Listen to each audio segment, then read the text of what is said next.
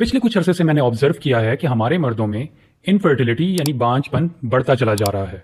तो मैंने सोचा क्यों ना इस पे बात की जाए। इनफर्टिलिटी की बहुत सी वजूहात हो सकती हैं, लेकिन आज मैं जिस पे बात करूंगा वो है एजोस्पर्मिया। एजोस्पर्मिया का मतलब है कि आपके सीमेन में स्पर्म एब्सेंट है, यानी आपके सीमेन में स्पर्म का बिल्कुल ना होना। ये तो आप सबको पता ही है कि स्पर्म क्या है और ये कहाँ बनते हैं। बेसिकली स्पर्म मेल में गोलियों में यानी टेस्टिस में बनते हैं, और सीमन एक्चुअली वो फ्लूइड होता है जो स्पर्म को कैरी करता है। सीमन आपके पेट के बिल्कुल निचले हिस्से में एक ग्लैंड होता है जिसे प्रोस्टेट कहते हैं, उसमें बनता है। जब मेल एजैकुलेट करता है तो स्पर्म टेस्टिस से निकलकर सीमन के साथ मिक्स होकर उसे तनासुल से बाहर आता है। जब आपके सीमन के अंदर एक भी स्पर्म ना हो, चाहे वो बन नहीं रहे या बन के खराब हो रहे हैं, यानी आपके सीमन के अंदर बिल्कुल जीरो स्पर्म है, तो इसको एजोस्पर्मिया कहा जाता है। एजोस्पर्मिया की 3 मेन कॉजेज हैं। पहला कॉज प्री टेस्टिकुलर एजोस्पर्मिया, दूसरा कॉज टेस्टिकुलर एजोस्पर्मिया और तीसरा कॉज पोस्ट टेस्टिकुलर एजोस्पर्मिया। सबसे पहले प्री टेस्टिकुलर एजोस्पर्मिया। प्री का मतलब पहले, यानी टेस्टिकल में स्पर्म बनने से पहले जो अमाल या जो अज्जा स्पर्म बनने में कारामद साबित होते हैं, उनमें कोई इशू आ जाए तो उस वजह से एजोस्पर्मिया को प्री टेस्टिकुलर एजोस्पर्मिया कहा जाता है। जैसे आपके दिमाग में कुछ खास ग्लैंड्स हैं जो कुछ स्पेसिफिक हार्मोन्स सीक्रेट करते हैं। वो हार्मोन्स आपके ब्रेन से आपके ब्लड में जाते हैं और ब्लड से जाके आपके टेस्टिकल्स में पहुंचते हैं, और वहां जाके आपके टेस्टिकल्स को ऑर्डर देते हैं कि आप स्पर्म बनाएं। अगर किसी वजह से वो हार्मोन ना बने या उनकी क्वांटिटी में कोई कमी या बेशी आ जाए तो बहुत ज़्यादा प्रॉब्लम हो जाता है और स्पर्म नहीं बन पाते। मसलन आपको आपके बॉस ने कोई मैसेज भेजा और वो मैसेज किसी भी वजह से आपको नहीं मिला, तो आप कैसे उसके मैसेज पे अमल करेंगे? ठीक इसी तरह अगर आपकी ब्रेन से सिक्रीट होने वाले हार्मोन्स आपके टेस्टिकल्स या गोलियों तक पहुंचे ही नहीं तो स्पर्म कैसे बनेंगे? जाहिर सी बात है कि टेस्टिकल स्पर्म बनाएंगे ही नहीं। तो ये थे प्री टेस्टिकुलर कॉजेज। अब आते हैं टेस्टिकुलर कॉजेज की तरफ, यानी टेस्टिकल्स तक हार्मोन्स तो पहुंच पा रहे हैं, यानी ब्रेन से मैसेज आ रहा है, मगर टेस्टिकल्स के अंदर वो ताकत ही नहीं कि वो स्पर्म बना सके।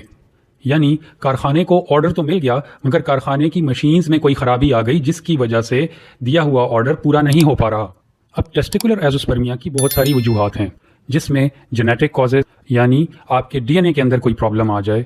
यूजुअली ये कॉजेज पैदाइशी होती हैं। इसके अलावा गोलियों को कोई इंजरी हो जाए किसी भी वजह से, चाहे वो सर्जरी हो या रेडिएशन हो या कोई एक्सीडेंट हो, तो गोलियों की स्पर्म बनाने की सलाहियत पर फर्क पड़ सकता है। या कोई इन्फेक्शन हो, जैसे अक्सर बच्चों को बचपन में मम्स होते हैं। मम्स वायरस आपकी गोलियों को भी इन्फेक्ट करता है, जिस वजह से आपकी गोलियों की स्पर्म बनाने की सलाहियत पे फर्क पड़ सकता है। इसके अलावा कुछ केमिकल्स, मेडिसिन्स या स्पेशली कीमोथेरेपी वगैरह भी आपकी गोलियों को डैमेज करती हैं। तीसरे नंबर पे आते हैं पोस्ट टेस्टिकुलर कॉजेज।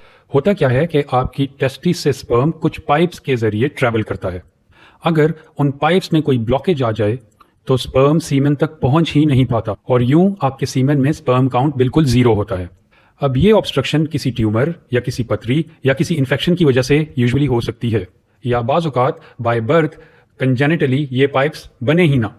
तो फैक्ट्री में प्रोडक्ट तो बन रहा है, यानी माल तो तैयार हो रहा है, मगर उसके ट्रांसपोर्ट के सिस्टम में मसला है, यानी माल सप्लाई नहीं हो रहा। अब एजोस्पर्मिया का पता कैसे लगाया जाए? तो इसके लिए सीमन एनालिसिस किया जाता है, यानी जो फ्लूइड आपके स्पर्म को कैरी करता है उस फ्लूइड की जांच की जाती है। इस टेस्ट में होता क्या है कि आपने अपना सीमन लैब में एक खास कंटेनर में जमा कराना होता है, और यूं आपके सीमन की कंप्लीट जांच पड़ताल होती है। सीमन की क्वांटिटी, सीमन की क्वालिटी, सीमन के अंदर स्पर्म मौजूद हैं या नहीं, और अगर वो मौजूद हैं तो हरकत कर रहे हैं या नहीं कर रहे, क्या वो अपनी नेचुरल शेप में हैं या टूटे फूटे हैं, ये सब देखा जाता है और आपको एक कंप्लीट रिपोर्ट दी जाती है।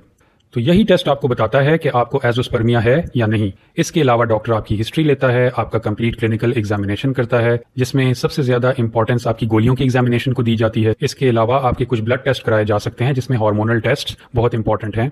डिपेंडिंग अपॉन द सिनेरियो आपकी क्रोमोसोमल और जेनेटिक यानी डीएनए की एग्जामिनेशन भी हो सकती है। यानी इन शॉर्ट आपकी क्लिनिकल हिस्ट्री, आपकी फिजिकल एग्जामिनेशन, आपके ब्लड टेस्ट, आपका सीमन एनालिसिस, ये सब करके ही पता चल सकता है कि आपको एजोस्पर्मिया है या नहीं, और अगर है तो उसकी वजह क्या है। अब आते हैं मेन पॉइंट की तरफ कि क्या एजोस्पर्मिया काबिल इलाज है। तो यहाँ आपको ये चीज़ बिल्कुल समझने की ज़रूरत है कि इसके इतने सारे कॉजेज़ में से कुछ कॉजेज़ का इलाज तो बिल्कुल मुमकिन है और कुछ कॉजेज़ बिल्कुल लाइलाज हैं।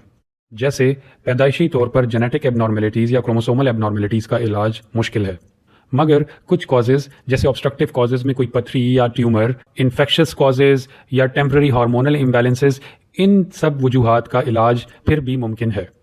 इसीलिए एज़ोस्पर्मिया की एग्जैक्ट कॉज का पता लगाना बहुत ज़रूरी है। जब एग्जैक्ट कॉज का पता चल जाए तो उसी हिसाब से उसका इलाज किया जा सकता है। तो अगर आप इनफर्टिलिटी या बांझपन का शिकार हैं तो परेशान ना हों और क्वालिफाइड यूरोलॉजिस्ट या सेक्सोलॉजिस्ट को विजिट करें। एंड मुमकिन है कि आपकी इनफर्टिलिटी का इलाज इजीली मुमकिन हो।